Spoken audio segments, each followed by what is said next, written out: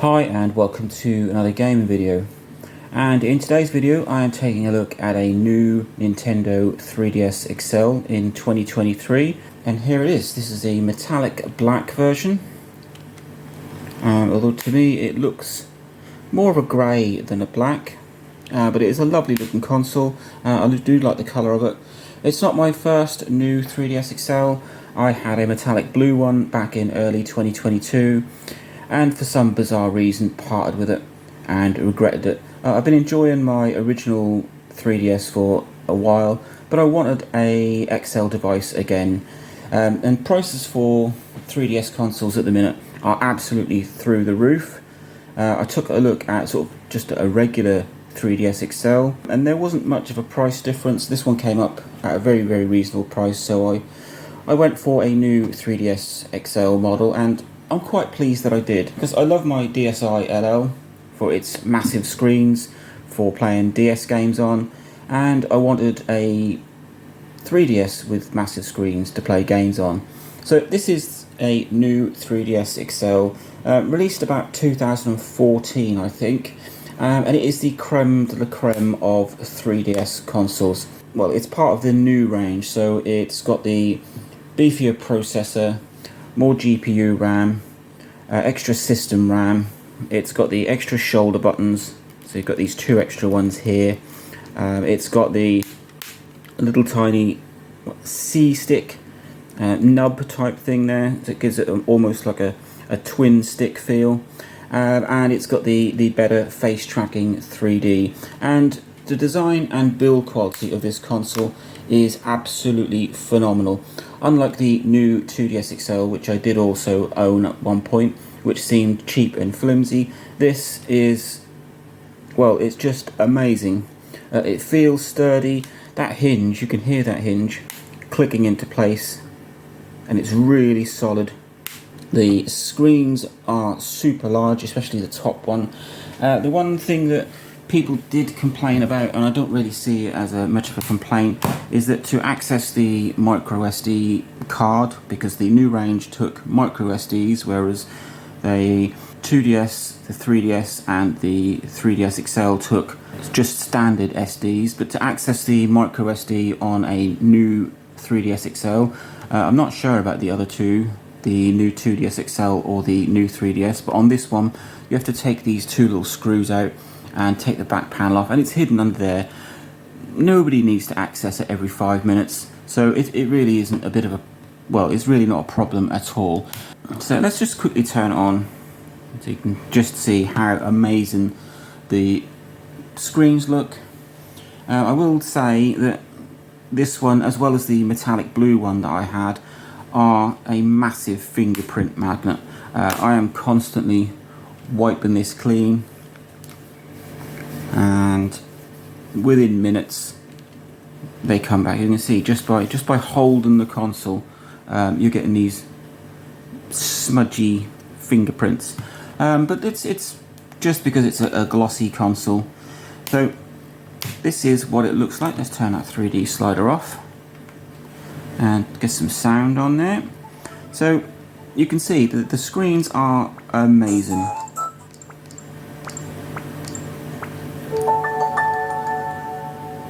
That lovely top screen is absolutely huge. As with all of the 3DS range, the bottom screen is slightly smaller, but it's still an XL device. It's still got a huge bottom screen, but the top one is this amazing wide screen device. I haven't yet checked out what kind of display this has. It was a bit of hit and miss as to what kind of displays you got. Some were TN displays, some were IPS displays. Some had one and then the other. There's no way out of the box, or when you're buying one, to know what you're going to get. If this has got IPS displays, then it's great. I mean, I don't really see that there's a huge difference personally between TN and IPS displays, but some people do. So if we just quickly look around the console, obviously you've got your circle pad here. You've got this D-pad, which is, it's Nintendo. Nintendo know how to make controls, and D-pads on Nintendo devices are, well, the best. It's about the same size. It's slightly bigger than it was on the original 3DS, but only by about 1mm or so.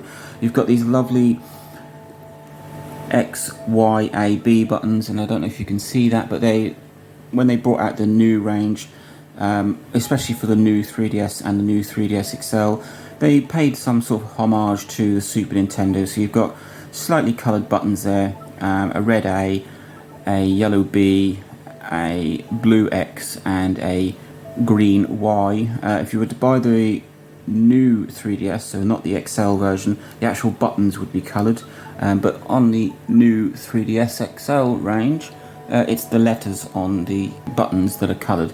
And then you've got this C stick up here, the infamous second stick, and what a great little addition it is. It kind of gives you twin sticks. Nintendo obviously couldn't squeeze another circle pad in on this side, so they just put in this little nub, which does work. It reminds me of like a little thing on a ThinkPad, that little red thumb stick thing. It does its job, and it is a great addition. So if we then look around the rest of the console, you've got your 3D slider on the right hand side, and on the left hand side they've moved the volume button or the volume slider up to here, which I quite like. It gives it a nice uniform feel. Your start and select buttons are back where they were kind of on a DS Lite, with this actual physical home button. The one thing that annoyed me on my original 3DS is that they had these start, select and home kind of squishy buttons on the front here. This was a proper button on there. So let's just give that a close and we'll look around the rest of the console. So on the front you've got a cart port. I like it there. A lot of them are on the back, but I do like it on the front there. One thing I didn't like about my new 2DS XL was this horrible flap that used to cover it up. That's nice where it is there. You've got your headphone port and your stylus slot there, which I don't seem to have in at the minute. A little tiny power button here. I didn't particularly like it last time, nor on my 2DS XL, because it's quite recessed. Getting your finger in there, but then it also means you're not going to knock it when you're sort of playing. It's not here or wherever they were on other consoles, so it's alright. You don't use it very much, you just turn it on. Looking around the rest of the console itself, you've obviously got these extra buttons here on the new range, the ZL and ZR, and your charging port there. Some kind of infrared, I think that is, which nobody ever uses on a 3DS. And that is that console. As you can see, it's a lovely shape. It's got a decent weight to it. There's nothing like having a super heavy console or even a super light console, because it's got to be played for hours on end, and it needs to be just perfect. And I love these rounded corners. They just sort of fold into your hands, and yeah, make it absolutely amazing to hold and play. These speaker placements are in the top screen, which most 3DSs were. I know that was a complaint on the new 2DS XL, because they moved pretty much everything from the top screen and moved it downwards, and they put the speakers in the bottom here, so people complained that you were covering them up when you were playing it. But as you can see, if we turn the volume up full, you get lovely clear volume out of those two speakers. We just pop a cartridge in there, and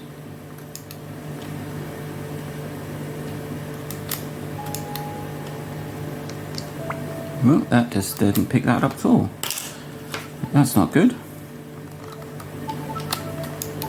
Oh, there we go. So you can hear that. That is fantastic. And you look at that lovely super wide top screen. I'm just going to pop that other cartridge back in. This is Sonic All-Stars Racing Transformed. Oh, there we go. So there really isn't much to say. This is a new console, but it isn't really that new. It's been out about 7 or 8 years now, to the point where Nintendo have completely and utterly given up on the 3DS platform. They've shut the 3DS eShop. They don't really care about the 3DS at all, which is a real shame, because the extra processing power, the extra RAM and video RAM, and just beefing up these consoles over the original models really was a great thing. What else can I say about it? Like I said, it's not a new console, and it's not the first time I've owned a new 3DS XL, but it will be the last, because I really did regret getting rid of my last one. This is an amazing console in every single way. It's whoever at Nintendo designed this, they knew exactly what they were doing. Even from the I mean, you get some consoles that there's just something wrong with them. Maybe the weight distribution isn't great, and that is not what you feel here. You've got quite a bit of weight in the bottom of the console, but the screen is nice and thick and chunky. It kind of slightly counteracts that. What a superb...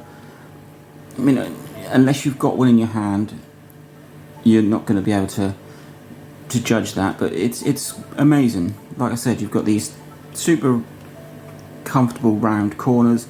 Your fingers will fit exactly all over the buttons without any issues at all. Even the shoulder buttons, you've got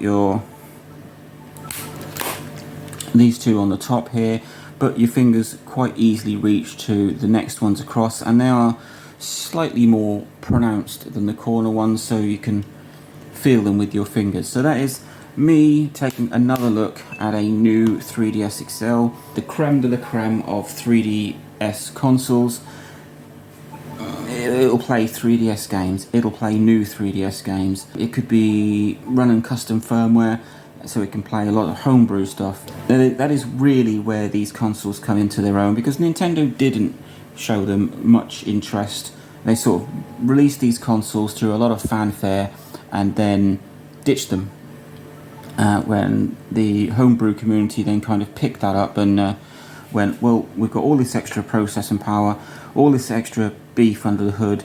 You've also got these extra buttons with the C-stick, so it made things like first-person shooters an actuality on the 3DS, because it is one of the downsides of DS consoles, just not being able to play third-person shooters or games that required moving and looking at the same time. But with this C-stick, I mean, you can, well, play things like Quake from the homebrew is amazing on one of these consoles. So there you go, my new addition to my collection, my new 3DS XL.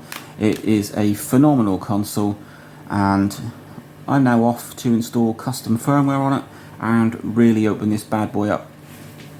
So there you go, link, like, subscribe, enjoy.